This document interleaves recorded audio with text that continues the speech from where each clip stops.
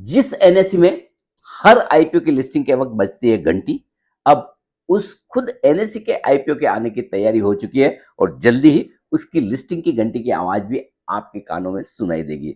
जी हाँ, आप सही सुन रहे हैं। आशीष कुमार चौहान साहब की कड़ी मेहनत और सेबी चेयरमैन टीके पांडे साहब की तरफ से एक नरम और लचीला रुख, इन दोनों के चलते फाइनली आज एनएससी के आईपीओ को मंजूरी मिल गई है, एनओसी मिल गई है आईपीओ की प्रोसेस शुरू करने के लिए। और हजारों इन्वेस्टर्स जिन्होंने प्री आईपीओ में एनएससी के शेयर खरीद रखे हैं, उनके लिए एक राहत वाली भी बात है और खुशी वाली भी बात है, क्योंकि वो लंबे समय से इसका कर रहे थे इंतजार। क्योंकि देखिए 2016-17 से एनएससी आईपीओ लाने की तैयारी में था, लेकिन उसके बाद कई सारे लीगल केसेस जो उस समय एनएससी के पदाधिकारी थे उनके खिलाफ हुए, उसके चक्कर में आईपीओ अटक गया।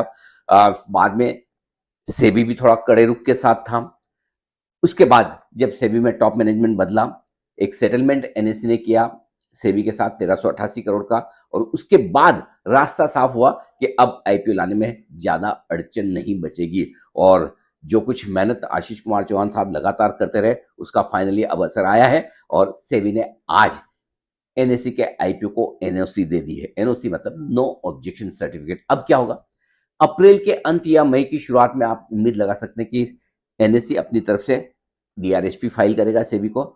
सेबी उसके बाद डीआरएसपी को जांचेगा, देखेगा, परखेगा, और अगर उन्हें कोई सवाल जवाब होंगे, पेपर चाहिए होंगे, इंफॉर्मेशन चाहिए होगी तो वो मंगाएंगे, और फाइनली जब वो अप्रूव कर देगा तो उसके बाद एनएससी अपना आईपीओ मार्केट में ला पाएगा। अब देखना ये इंटरेस्टिंग होगा, जैसे बीएससी लिस्ट हुआ है एनएससी पर, क्या तब तक एनएससी भी एक ही एक्सचेंज रहने की सिचुएशन में बीएससी पर लिस्ट होगा, या मेट्रोपॉलिटन स्टॉक एक्सचेंज जो नया शुरू होने की तैयारी चल रही है, अगर वो शुरू हो जाए तो क्या एनएससी प्रेफर करेगा कि वहां जाकर लिस्ट हो? ये तो खैर भविष्य की बात है, लेकिन कुल मिलाकर बात यह है कि आईपीओ आ रहा है, लिस्ट हो रहा है, एक जबरदस्त वैल्यूएशन वाला आईपीओ होगा, इसका लंबा इंतजार है। हाँ, एक और बात तय है कि आईपीओ में ऑफर फॉर सेल ज्यादा होगा।